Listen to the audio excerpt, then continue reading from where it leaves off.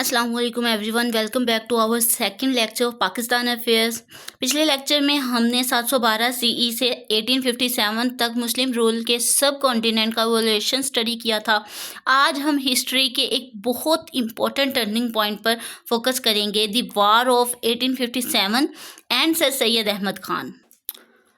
लेकिन 1857 को सिर्फ एक वार या रिवॉल्ट समझकर नहीं पढ़ना, because 1857 was not an isolated event. ये अचानक से नहीं हुआ था, इसके पीछे एक लॉन्ग हिस्टोरिकल प्रोसेस था। वो हम आज देख चुके हैं इससे पहले कि कैसे कैसे कैसे कैसे हम जो हैं वहाँ तक पहुँचे। आज हम देखेंगे कि जो मुग़ल एम्पायर्स थे जिनके बारे में हमने स्टडी किया था, आखिर जो लेट मुग़ल्स हैं उनको डिक्लाइन क्यों हुआ, उनके डिक्लाइन की वजूहात क्या थी। उसके बाद हम देखेंगे ब्रिटिश रूल कैसे सब कॉन्टिनेंट में राइज हुआ। उसके बाद एंड देखेंगे 1857, द एंड ऑफ एन इरा। उसके बाद कुछ काजीज़ देखेंगे, कुछ काजीज़ ऑफ 1857 की वार्स को देखेंगे। उसके साथ ही हम देखेंगे बिगनिंग ऑफ द रिवॉल्ट कैसे शुरू हुआ, कहाँ से शुरू हुआ और क्यों शुरू हुआ। Why did the revolt fail, अब रिवॉल्ट फेल क्यों हुआ और काजेज और क्या थे, उसके कॉन्सिक्वेंसेस क्या थे। फिर मुस्लिम्स की कंडीशंस देखेंगे after 1857 and then we will move towards Syed Ahmad Khan. इनका रोल देखेंगे एजुकेशन में और पॉलिटिकल इनका रोल देखेंगे। उसके बाद आएगा इनका सोशल रोल। ठीक है, यहाँ तक आज का लेक्चर रहेगा। अब हम स्टार्ट करते हैं अपना लेक्चर। 1857 को समझने से पहले हमें ये समझना होगा कि मुग़ल एम्पायर डिक्लाइन क्यों हुआ। सबसे पहले एक important point, Mughal empire didn't collapse overnight, यानी मुग़ल एम्पायर एक दिन में ख़त्म नहीं हुआ। It's decline was a gradual and cumulative process. अब इस डिक्लाइन के पीछे जो है वो मल्टीपल हमारे पास जो है वो आ जाती हैं काजेज़, जैसे कुछ पॉलिटिकल काजेज़ हो गई, कुछ हमारे पास एडमिनिस्ट्रेटिव काजेज़ हो गई, और साथ में हमारे पास इकोनॉमिक फैक्टर्स आ गए, मिलिट्री फैक्टर्स आ गए, और हमारे रीजनल फैक्टर्स भी इसमें इंक्लूडेड हैं। ये हमें बताएंगे कि कैसे जो है decline of Mughal empire happened. अच्छा, बात करते हैं पॉलिटिकल फैक्टर की। तो औरंगज़ेब की डेथ हुई 1707 में। उनके बाद स्ट्रॉन्ग लीडरशिप इंक्रीजिंगली रेयर होती गई। वीक सक्सेसर सक्सेशन डिस्प्यूट और कोर्ट जो इंट्रीगियस ने सेंट्रल गवर्नमेंट को वीकन कर दिया। प्रोविंशियल गवर्नर्स भी ग्रेजुअली ज़्यादा इंडिपेंडेंट होने लगे। सो स्टूडेंट्स, इसे एक सिंपल चेन की फॉर्म में याद रखें। वीक जो है वो सेंटर था, स्ट्रॉन्ग प्रोविंस थे, और जो पॉलिटिकल फ्रेगमेंटेशन थी, यानी सेंटर वीक होता गया और प्रोविंसेस पावरफुल होते गए। एडमिनिस्ट्रेटिव फैक्टर की तरफ बढ़ते हैं। इसमें दो मतलब के मेजर आ जाते हैं। एक तो हमारा डिक्लाइन सेंट्रल अथॉरिटी और प्रोविंशियल ऑटोनॉमी, इसे मैं समझाती हूँ। मुग़ल एडमिनिस्ट्रेटिव सिस्टम भी टाइम के साथ लेस इफेक्टिव होता गया, सेंट्रल अथॉरिटी वीक हुई और करप्शन इंक्रीज हुई। इतना ह्यूज एम्पायर इफेक्टिवली गवर्न करना इंक्रीजिंगली डिफ़िकल्ट होता गया। ठीक है, यानी large empire plus weak administration is equal to loss of central control. अब मूव करते हैं इकोनॉमिक फैक्टर्स की तरफ। फाइनल जो मुग़ल एम्पायर्स थे, मुग़ल एम्पायर को इंक्रीजिंग फाइनेंशियल प्रेशर का सामना था। Long military campaigns, decline revenue efficiency और एडमिनिस्ट्रेटिव एक्सपेंडिचर ने स्टेट को फाइनेंशियली वीक करके रख दिया। जो जहाँ ये क्या कहते हैं, ये जागीरदारी क्राइसिस भी मुग़ल एडमिनिस्ट्रेटिव और फिस्कल प्रॉब्लम्स का एक इम्पोर्टेंट फैक्टर था। सो इकोनॉमिक वीकनेस ने पॉलिटिकल वीकनेस को और इंक्रीज कर दिया। अब मिलिट्री की बात करें, मिलिट्री फैक्टर देखें तो मुग़ल मिलिट्री सिस्टम भी जो चेंजिंग वारफेयर के अकॉर्डिंग इफ़ेक्टिवली अडेप्ट नहीं कर सका। Meanwhile European powers specially the British better organised military और लॉजिस्टिक सिस्टम्स डेवलप कर रहे थे। यानी इस वक्त Mughal military system comparatively strengthen हो रहा था। British military organisation increasingly modern और एफिशिएंट होती जा रही थी।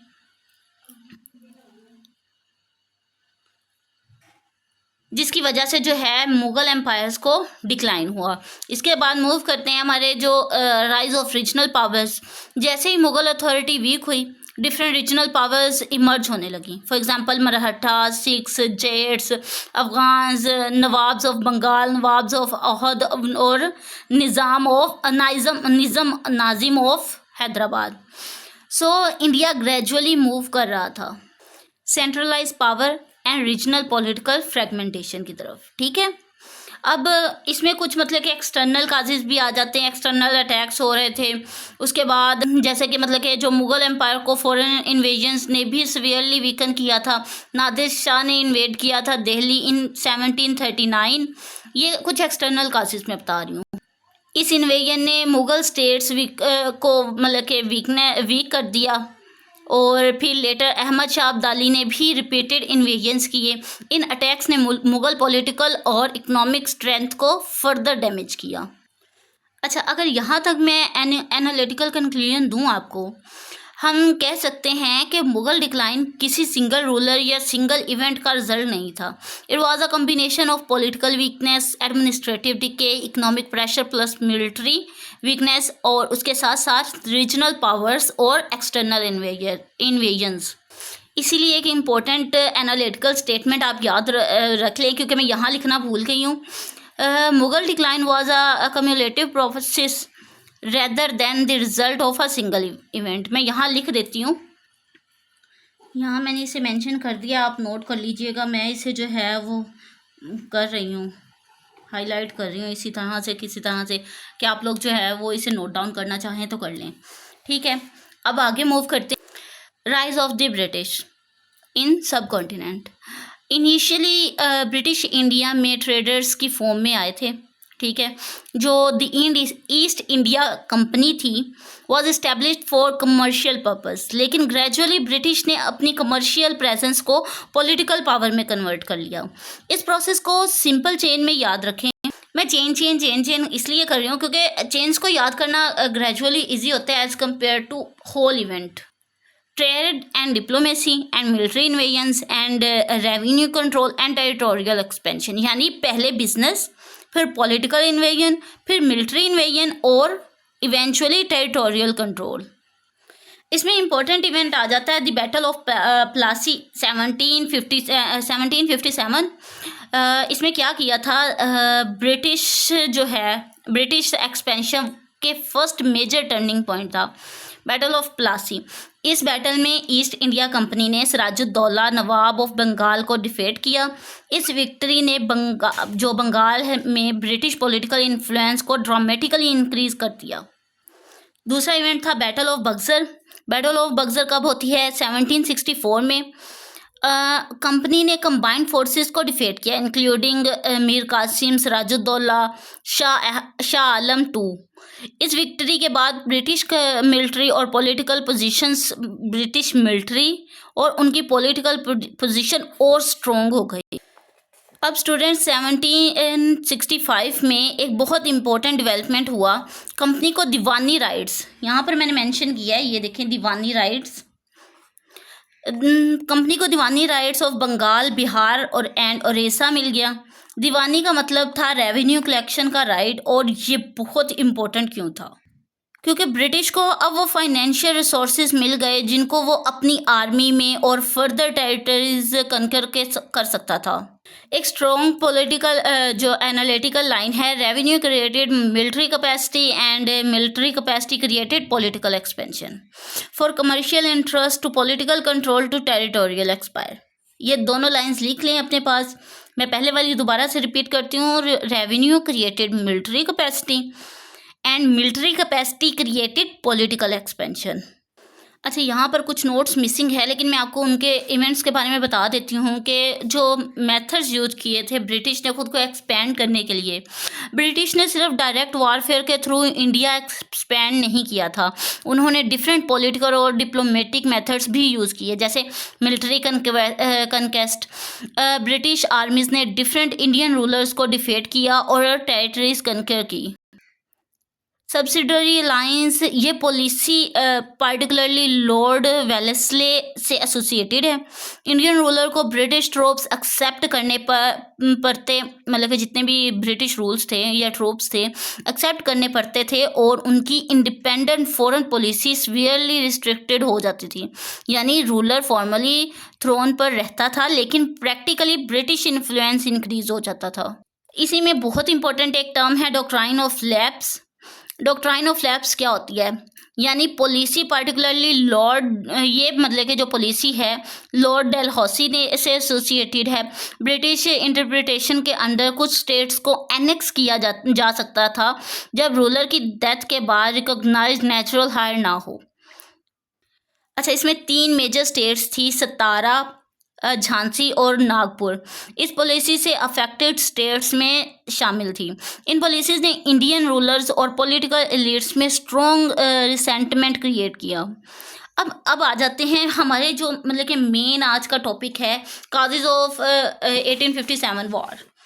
अब इसमें डिफरेंट काजेज थी, इसमें कुछ पॉलिटिकल काजेज थी, कुछ जो हमारे पास है क्या उसे कहते हैं, इकोनॉमिक हो गई, एडमिनिस्ट्रेटिव हो गई, ये सारी काजेज आज हम डिस्कस करेंगे। ठीक है, this is one of the most important section for CSS and PMS, क्योंकि इसमें से अक्सर क्वेश्चन आ जाता है। सबसे पहले एक इम्पॉर्टेंट डिस्कशन, अब जो cartridge controversy was the immediate trigger but it was not the fundamental cause of the revolt. यानी कि जो कारतूस थे वो उसकी मतलब कि जितनी भी वो हो रही थी, कंट्रोवर्सी हो रही थी, वो इमीडिएट ट्रिगर था, लेकिन ये असल फंडामेंटल काज नहीं थी इस रिवॉल्ट की।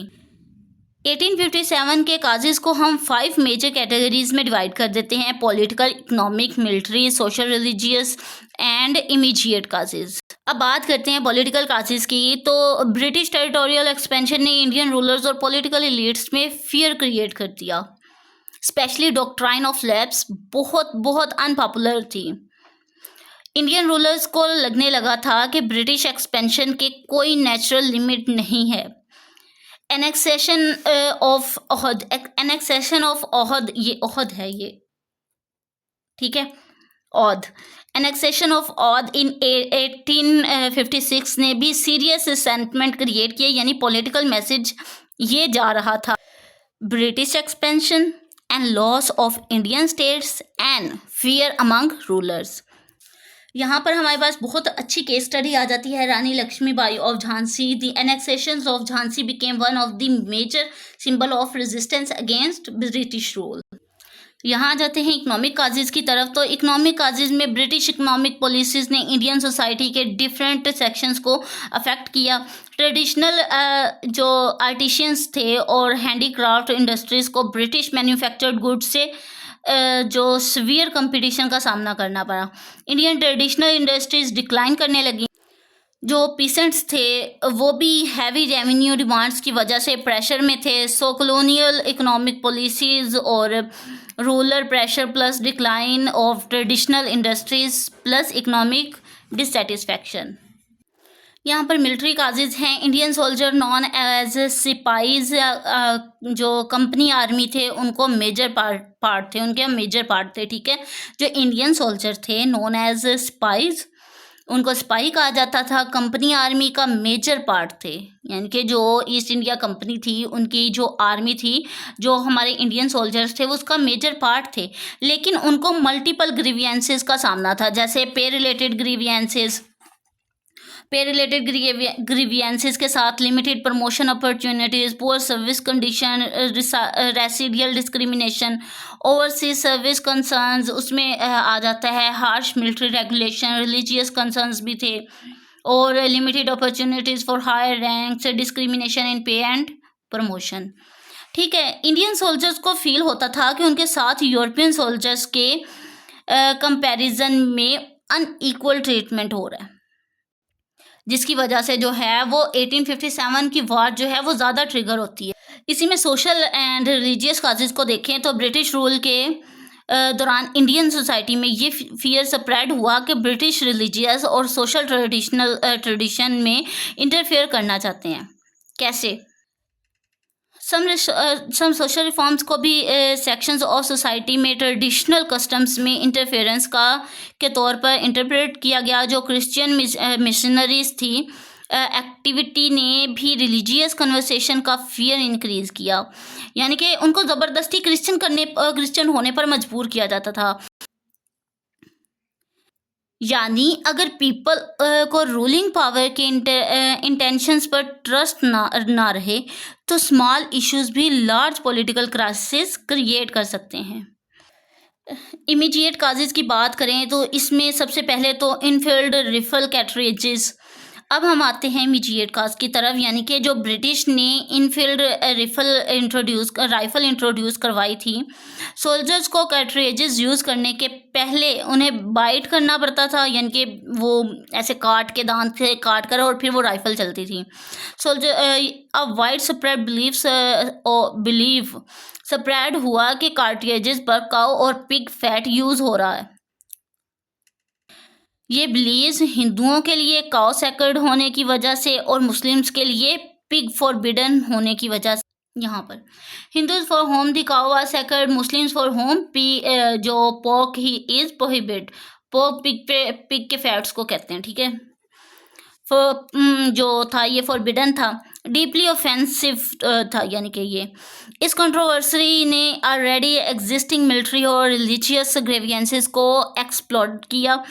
और फिर क्या था, जो कार्टेजेस कारतूस कंट्रोवर्सी थी वो किस में कन्वर्ट होगी, इमीडिएट ट्रिगर वो बनी इस वार को इन्फ्लुएंस करने में।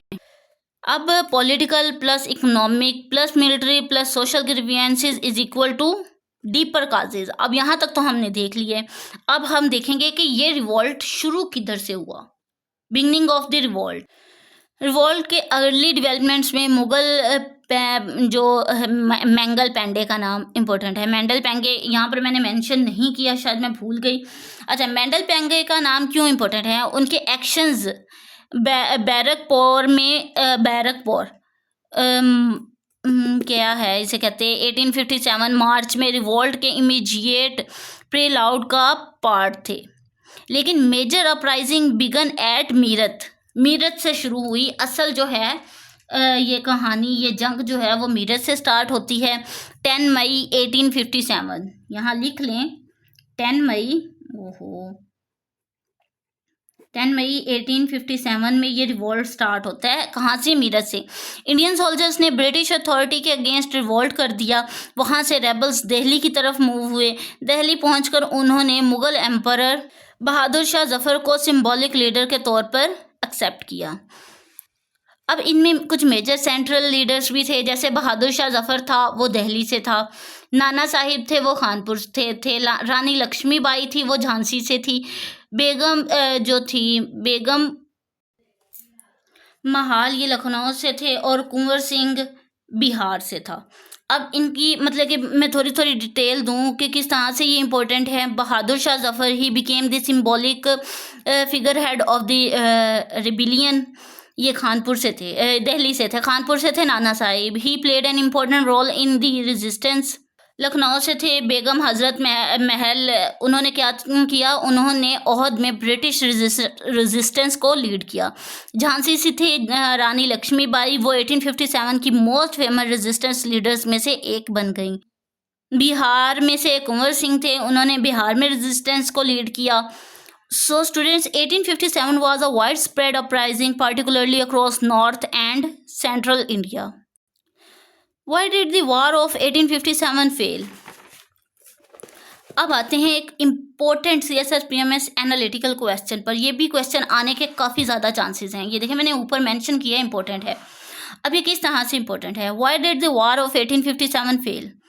अब इसमें कुछ जो है काजेज़ हैं, ये देख लें। Lack of central leadership.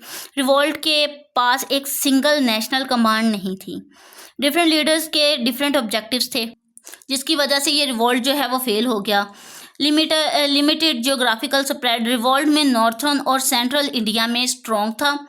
जो नॉर्थर्न पार्ट और सेंट्रल इंडिया में तो ये रिवॉल्ट अच्छा चल रहा था। सब कॉन्टिनेंट के लार्ज एरियाज रिबिलियन से बाहर थे। वो ज़्यादा मतलब कि पार्ट ही नहीं बने, इसी वजह से भी ये फेल हो गया। अब लैक ऑफ यूनिटी नहीं थी, डिफरेंट ग्रुप्स डिफरेंट रीजंस की वजह से पार्टिसिपेट कर रहे थे। There was no single political programme accepted by all rebels. British military superiority वो नहीं थी, वो थी मिलिट्री सुपीरियोरिटी थी। ब्रिटिश के पास बेहतर मिलिट्री ऑर्गेनाइजेशंस, कम्युनिकेशन और रिसोर्सेज थे। इस वजह से भी जो है हमारा रिवोल्ट जो है वो फेल होता है। फिर उसके बाद support from some Indian groups, सब इंडियन जो रूलर्स थे और कम्युनिटीज़ थी रिवोल्ट में ज्वाइन नहीं हुई। क्यों? कुछ जो इंडियन प्रिंसेस और क्या कहते हैं उनको ग्रुप्स थे ब्रिटिश के साथ अलाइंड रहे, क्योंकि उनको अपनी जानें बहुत प्यारी थी। अब एनालिटिकल कंक्लूजन क्या है? The revolt possessed courage and popular resistance but lacked unified leadership, coordination and a common political program। यानी ब्रेवरी की कमी नहीं थी, यूनिटी, कोऑर्डिनेशन और कॉमन स्ट्रेटजी की कमी थी। अब जब एक जंग हुई है वो फेल भी हो गई है। अब जब वो फेल होती है तो उसके कुछ कॉन्सिक्वेंसेस तो होंगे। अब उन कॉन्सिक्वेंसेस को डिस्कस करते हैं। एक्चुअली यहाँ इंडियन हिस्ट्री का एक न्यू फेज बिगन होता है। इसमें पहला पॉइंट आ जाता है end of east India companies rule. British government ने ईस्ट इंडिया कंपनीज के पॉलिटिकल अथॉरिटी अबॉलिश कर दी। गवर्नमेंट ऑफ इंडिया एक्ट 1858 के through power directly British crown को ट्रांसफ़र कर दी गई। So company rule and crown, ये आपको भी मतलब कि छोटी छोटी हेडिंग्स देती जाती हूँ साथ में। एंड ऑफ मुगल एम्पायर की बात करें तो बहादुर शाह जफर को कैप्चर करके रंगून एक्साइल कर दिया गया। मुगल डायनेस्टी का पॉलिटिकल रूल इफेक्टिवली एंड हो गया। So remember 1857 effective is equal to effective end of Mughal political authority. 1858 is equal to the beginning of direct crown rule. ठीक है, 1857 में जो है वो ये मुगल एम्पायर की डायनेस्टी ख़त्म होती है, मुगल डायनेस्टी ख़त्म होती है और 1858 में डायरेक्ट क्राउन रूल स्टार्ट हो रहा है। Recognition of the army, British ने इंडियन आर्मी को रिकॉग्नाइज़ किया। उन्होंने रिक्रूटमेंट पैटर्न्स और मिलिट्री ऑर्गेनाइजेशंस को भी चेंज किया ताकि फ्यूचर में इसी स्केल का रिबिलियन रिपीट ना हो। बड़े चालाक थे ये अंग्रेज़। चेंज इन ब्रिटिश पॉलिसी, 1857 के बाद ब्रिटिश रिलीजियस और सोशल मैटर्स में डायरेक्ट इंटरफेरेंस के मतलब के मामले में ज़्यादा क्या वो कहते हैं कॉशियस हो गए। साथ ही ब्रिटिश एडमिनिस्ट्रेशन ने डिफरेंट कम्युनिटीज़ के पॉलिटिकल इंटरेस्ट को सेपरेटली मैनेज करने की पॉलिसीज़ इंक्रीजिंगली अडॉप्ट की। Later, these developments became important in the politics of communal representation and political separation। इसमें राइज ऑफ पॉलिटिकल कॉन्शियसनेस, 1857 ने इंडियन सोसाइटी पर deep impact डाला, लेकिन मुस्लिम्स के लिए इसके कंसिक्वेंसेस पार्टिकुलरली सीरियस थे। Mughal political order completely collapse हो चुका था और इसीलिए अब हम नेक्स्ट इंपॉर्टेंट क्वेश्चन की तरफ आते हैं। What happened to Muslims after 1857? अब यहाँ पर अगर बात करें कंडीशंस ऑफ मुस्लिम्स आफ्टर 1857 की, तो मुस्लिम्स को सीवियर पॉलिटिकल और सोशियो इकोनॉमिक चैलेंजेस फेस करना पड़े।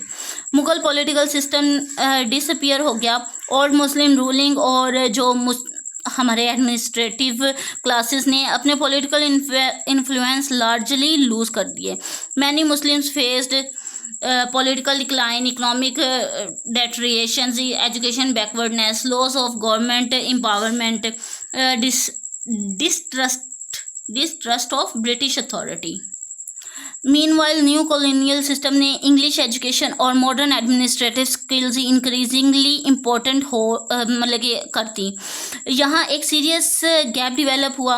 ओल्ड पॉलिटिकल ऑर्डर जो है वो कोलैप्स हुआ। उसके साथ ही क्या हुआ, new system required new skills.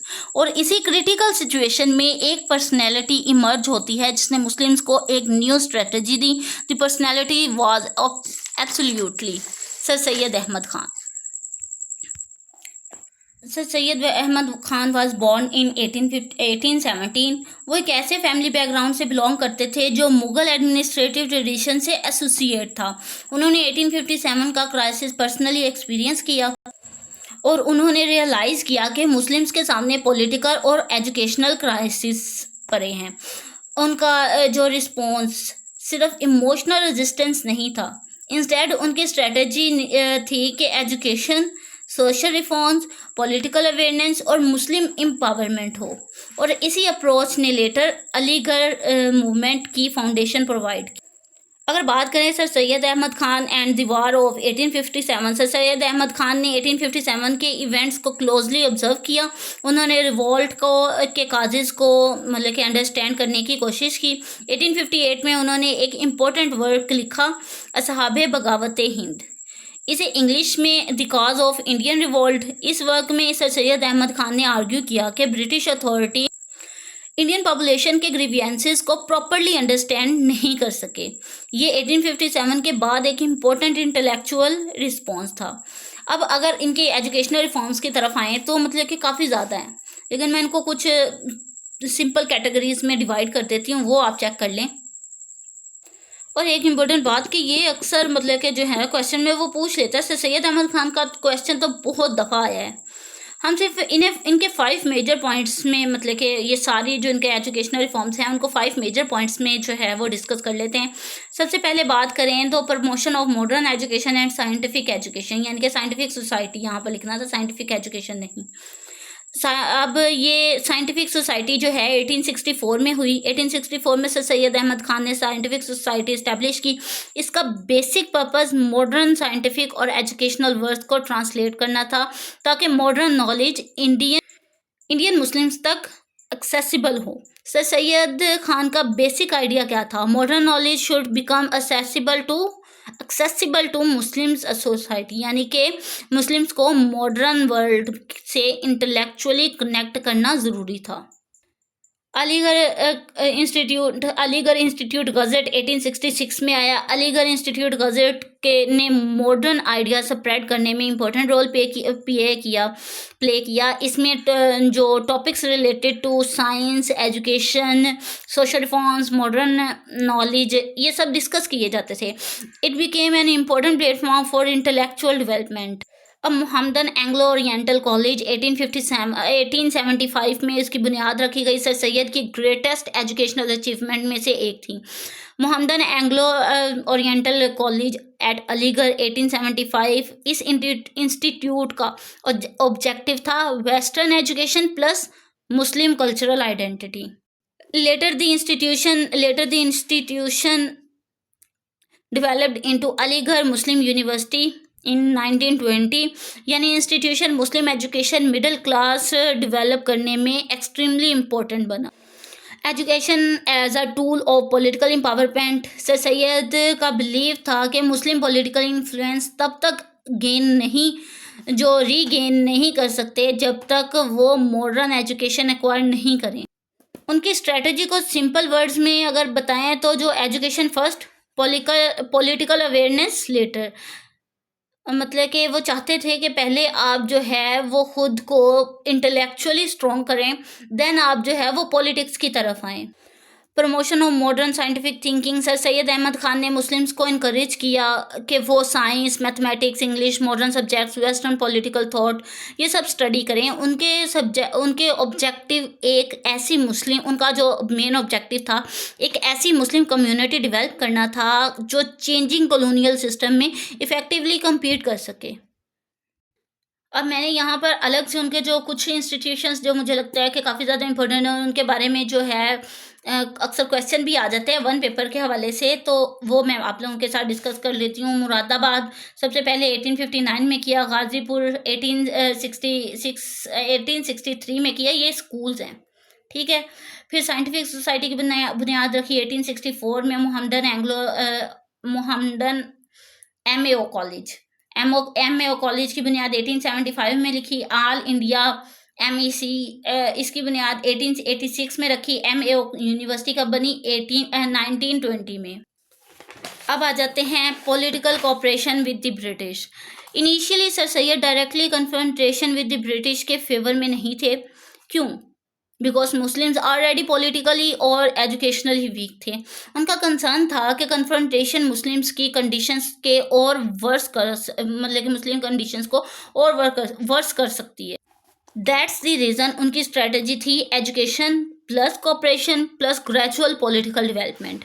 अब protection of Muslims political interest ये अब हम पॉलिटिकल रिफॉर्म्स को कर रहे हैं। Protection of Muslims political interest, sir Syed ने इंक्रीजिंगली एम्फोसाइज किया कि मुस्लिम्स के डिस्टिंक्ट जो पॉलिटिकल इंटरेस्ट हैं वो चाहते थे कि गवर्नमेंट इंस्टीट्यूशंस में मुस्लिम्स के इंटरेस्ट को अप्रोप्रिएट या फिर कह लें वो क्या कहते हैं रिप्रेजेंटेशन मिले, एक अच्छी रिप्रेजेंटेशन मिले।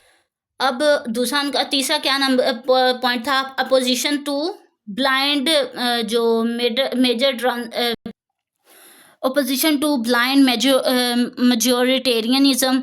सर सैयद को कंसर्न था कि अगर पॉलिटिकल सिस्टम सिर्फ न्यूमेरिकल मेजॉरिटी पर बेस्ड हुआ तो Muslims began to being a minority politically disadvantaged होंगे, यानी majority rule without safeguards and minority political insecurity.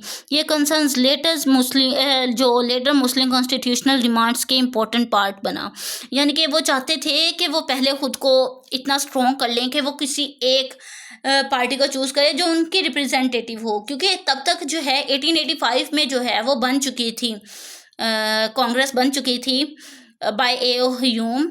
लेकिन जो है सर सैयद अहमद ख़ान वो नहीं चाहते थे कि जो मुस्लिम्स हैं वो उसे ब्लाइंडली ज्वाइन करें, क्योंकि वो समझ चुके थे जो ऑल इंडिया है Congress, all Indian national Congress है, इंडियन नेशनल कांग्रेस सॉरी, वो जो है वो सिर्फ और सिर्फ किसकी रिप्रेजेंटेटिव है, वो तो सिर्फ इंडियन की रिप्रेजेंटेटिव है। और इंडियंस एक मेजर मतलब के पोर्शन रखते थे सब कॉन्टिनेंट में, और पाकिस्तान तो उनके सामने अभी भी कहते हैं कि आटे में नमक के बराबर हैं। तो इस चीज़ को उन्होंने बहुत अच्छे से ऑब्जर्व किया और मुस्लिम्स को इस पॉलिटिकल सिस्टम से दूर रहने का मशवरा दिया। Opposition to immediate representative politics की बात करें तो सर सैयद रिप्रेजेंटेटिव इंस्टीट्यूशंस के कम्प्लीटली अगेंस्ट नहीं थे, लेकिन वो उन्हें अप्रोप्रिएट सेफगार्ड्स के बगैर इमीडिएटली इंट्रोड्यूस्ड कराने के हवाले से जो कहते हैं वो स्केप्टिकल थे। उनके बेसिक आर्ग्यूमेंट था political representation without minority safeguards can lead to majority domination. ये idea later Muslim political thought में बहुत इंपॉर्टेंट बना।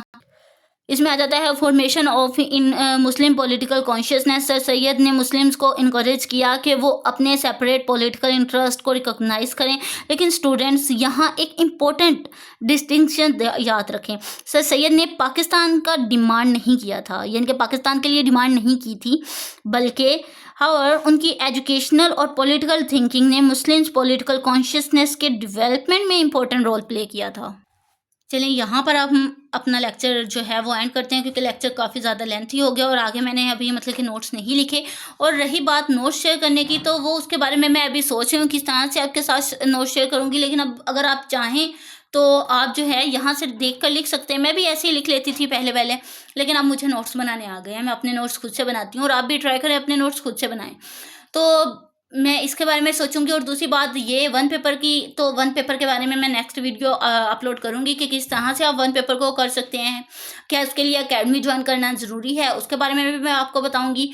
और हाँ, मेरे चैनल को सब्सक्राइब कर दिया करें, बहुत मेहरबानी होगी, देखकर भाग ना जाया करें। साथ में मेरे चैनल को मतलब कि जो भी वीडियो आप देखें उसे शेयर कर दिया करें, ताकि दूसरे भी इससे फ़ायदा उठा सकें। तो यहाँ पर आज की वीडियो मैं एंड कर रही हूँ। नेक्स्ट पार्ट होगा 2 दिन के बाद अपलोड। तो तब तक के लिए मुझे इजाज़त दें। अल्लाह हाफिज़, अपना ख्याल रखिएगा। Bye bye, bye bye.